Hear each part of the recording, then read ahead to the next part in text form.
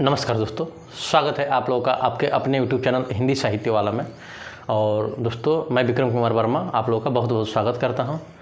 दोस्तों आप लोगों को एक बार याद दिलाना चाहेंगे कि पिछले क्लास में हम लोग क्या क्या पढ़े थे। तो हम लोगों ने सबसे पहले मिश्र बंधु, फिर उसके बाद रामचंद्र शुक्ल, उसके बाद हेमचंद और फिर सोमप्रभ सूरी के बारे में पिछली कक्षाओं में 2-3 कक्षाओं में हम लोगों ने चर्चा किया था उन लोगों के बारे में और उससे संबंधित कुछ फैक्ट्स तैयार किए थे। आज की क्लास दोस्तों अभ्रंश साहित्य से ही, आदिकाल में जो अभ्रंश साहित्य है उसी से होगी। लेकिन आज एक पुस्तक है जिसका नाम है प्रकृति पैंगलम जी। तो प्रकृति पैंगलम पुस्तक पे ही हम लोग चर्चा करेंगे। तो आइए आज की क्लास हम लोग शुरुआत करते हैं और उससे संबंधित फैक्ट्स तैयार करते हैं। तो आप लोग नोट कर लीजिए, इस पुस्तक का नाम है प्रकृति पैंगलम। तो चलिए इससे संबंधित हम लोग कुछ नोट्स तैयार करते हैं कि इसमें क्या क्या है। तो सबसे पहली बात अगर हम लोग करते हैं तो इस पुस्तक के जो रचनाकार है वो लक्ष्मीधर है। तो आप लोग नोट कर लीजिए कि लक्ष्मीधर रचनाकार, इस पुस्तक के रचनाकार कौन है? तो लक्ष्मीधर है। ठीक, तो एक फैक्ट ये हो गया कि प्रकृति पैंगलम के रचनाकार कौन है? तो लक्ष्मीधर है। अगला जो पॉइंट हम लोग बात करते हैं इस पुस्तक के बारे में, तो इस पुस्तक को दोस्तों प्रकृति पिंगल सूत्र भी कहा जाता है। तो इस पुस्तक का दूसरा नाम जो है आप लोग नोट कर लीजिए, प्रकृति पिंगल सूत्र, इस नाम से भी जाना जाता है। तो यहाँ आप लोग चाहे तो लिख लीजिए दूसरा नाम पुस्तक का, या प्रकृति पिंगल सूत्र से भी इस पुस्तक को जाना जाता है। तो आप लोग ये भी नोट कर सकते हैं। अगला जो पॉइंट आइए हम लोग नोट करते हैं इस पुस्तक के बारे में। तो इस पुस्तक में कुछ कवियों को सम्मिलित किया गया। तो आइए जानते हैं कि वो कौन कौन से कवि थे। तो सबसे पहला जो नाम आता है वो है विद्याधर। विद्याधर, तो आप लोग नोट कर लीजिए, सबसे पहले जो कवि का नाम आता है इसमें, यहाँ कवि जो संकलित कवि दोस्तों लिख लीजिए सबसे अच्छा पुस्तक में, संकलित कवि। तो आइए उनके बारे में जानते हैं। पहला जो नाम आता है संकलित कवियों में, जो इस पुस्तक में संकलित है, तो पहला नाम है विद्याधर। तो आप लोग नोट कर लीजिए विद्याधर। अगला जो नाम आता है, ये नाम आप लोग सुन चुके हैं कई बार, सारंगधर। तो ये रहा अगला नाम, सारंगधर। आइए इसी में नोट करते हैं जो अगला नाम आता है वो है जज्जल। तो ज आधा ज और फिर ज अल्ला, तो याद दीजिएगा ये जज्जल है, जब्बल नहीं, जल। ठीक, अगला जो नाम आता है वो है बब्बर। तो ब आधा ब आरा, बब्बर। तो ऐसे ही दोस्तों और भी कवियों का नाम आया है। तो आगे लिख लीजिए आदि। आदि कवि जो इस पुस्तक में संकलित है। ठीक, अब हम लोग आगे बात करते हैं इसी में कुछ और पॉइंट प्रकृति पैंगलम की ही। तो एक आप लोग जान ही चुके हैं कि इसे प्रकृति पिंगल सूत्र भी कहा जाता है। ठीक है, और इसी नाम से प्रकृति पैंगलम नाम से एक टीका लिखे थे, ठीक, जिनका नाम था वंशीधर। तो प्रकृति आप लोग यहाँ पे नोट कर लीजिए, प्रकृति पैंगलम की टीका, और कौन लिखा था? तो वंशीधर लिखे थे दोस्तों। तो वंशीधर इसी नाम से एक जो टीका लिखे थे प्रकृति पैंगलम की टीका, वो वंशीधर लिखे थे दोस्तों। तो ये रहा दोस्तों प्रकृति पैंगलम रचना के बारे में कुछ महत्वपूर्ण जानकारी। तो आप लोग इसको नोट कर लीजिए। उसके बाद हम लोग एक और जो कवि है ये सारंगधर, तो इनके बारे में कुछ हम लोग जानेंगे, इनके बारे में कुछ जानकारी प्राप्त करेंगे। तो अगर आप लोग प्रकृति पैंगलम रचना के बारे में नोट कर लिए हों तो हम आगे बढ़े और कुछ सारंगधर कवि के बारे में जानें। तो चलिए इसे हम मिटाते हैं और अगले जो कवि के नाम है उस पर हम लोग चर्चा करते हैं।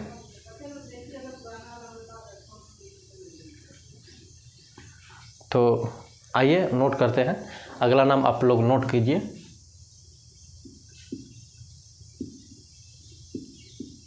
सारंगधर कवि। तो आइए अब हम लोग इनके बारे में कुछ फैक्ट्स तैयार करते हैं सारंगधर कवि के बारे में। तो सबसे पहला जो पॉइंट आता है इनके बारे में, तो इन्होंने सारंगधर पद्धति के नाम से एक सुभाषित संग्रह बनाया। तो आप लोग यहाँ पे नोट कर लीजिए कि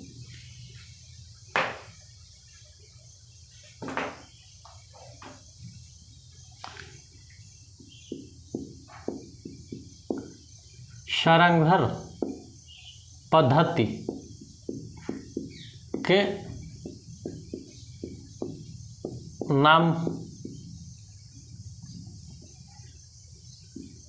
का एक संग्रह बनाया अपने ही नाम पे दोस्तों। तो ये सारंगधर पद्धति के नाम पे एक संग्रह बनाया। अगला पॉइंट नोट कर सकते हैं इनके बारे में। तो इनके बारे में दोस्तों नहीं, इस जो पुस्तक है सारंगधर पद्धति, तो इसी के बारे में हम लोग कुछ बात करते हैं। तो इसमें इस पुस्तक में दोस्तों बहुत से शाबर मंत्र और भाषा चित्र काव्य भी दिया गया है। तो सारंगधर कवि के बारे में नहीं है, ये इनकी पुस्तक है, इसके बारे में है कि इसमें बहुत सारे शाबर मंत्र, आप लोग नोट कर लीजिए, शाबर मंत्र और भाषा चित्र काव्य भी दिया गया है। तो भाषा चित्र काव्य दिया गया है, काव्य भी दिया गया है। तो एक पॉइंट ये हो गया कि इस पुस्तक में दोस्तों शाबर मंत्र, भाषा चित्र काव्य भी दिया गया है। ठीक, अगला पॉइंट है कि संस्कृत भाषा में लिखा एक पदकोश है। तो ये पुस्तक दोस्तों आप लोग यहाँ नोट कर लीजिए कि संस्कृत भाषा में लिखा एक पदकोश है। तो नोट कर लीजिए, पदकोश है। तो ये रहा इस पुस्तक के बारे में। इनकी जो पुस्तक थी, सारंगधर कवि की पुस्तक थी, तो उसके बारे में 2 पॉइंट रहा कि ये एक संग्रह है और शाबर मंत्र, भाषा चित्र काव्य भी दिया गया है। अगला पॉइंट है कि संस्कृत भाषा में लिखा गया एक पदकोश है। ठीक, बच्चन सिंह ने दोस्तों कुछ लाइन कहा है सारंगधर कवि के बारे में। तो आइए हम लोग उसको जानते हैं कि बच्चन सिंह क्या कहते हैं इनके बारे में। तो नोट कर लीजिए आप लोग, बच्चन सिंह, और उन्होंने क्या कहा है दोस्तों। तो बच्चन सिंह ने अनुमान व्यक्त किया है इनके बारे में कि सारंगधर कुंडलीय छंद के प्रथम प्रयोक्ता है। तो दोस्तों सारंगधर, नोट कर लीजिए जो चीज़ें कहे हैं यहाँ पे कि सारंगधर कुंडलीय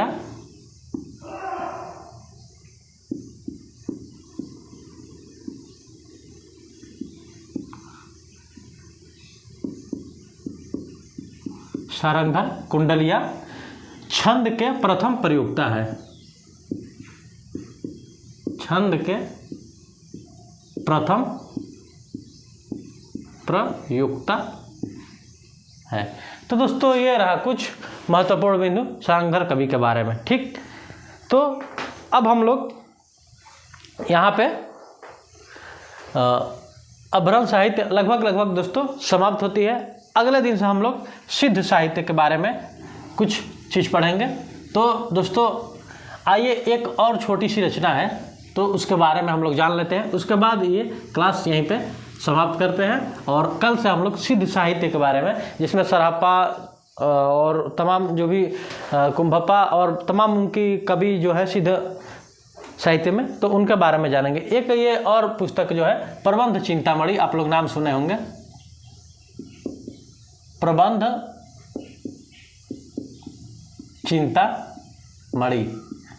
तो चलिए इसके बारे में हम लोग बात कर लेते हैं। 1-2 पॉइंट है मोटा मोटा। तो सबसे पहले कि इसके रचनाकार कौन थे, तो इसके रचनाकार के बारे में आइए हम लोग जानते हैं। तो इनके रचनाकार थे जैनाचार्य मेरुतुंग। जैनाचार्य मेरुतुंग। तो दोस्तों ये रचनाकार थे इस पुस्तक के, ठीक। और आगे जब बात करते हैं इस पुस्तक के बारे में तो एक पॉइंट और आप लोग बस नोट कर लीजिए कि इसमें दोहा विद्या में विवाद करने वाले दो चारणों की कथा आई है। तो दोहा विद्या में विवाद करने वाले दो चारणों की कथा आई है।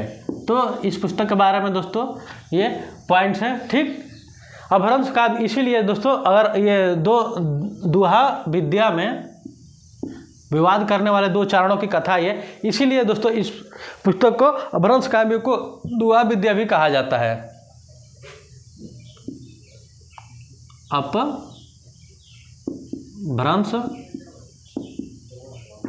काव्य को दोहा विद्या भी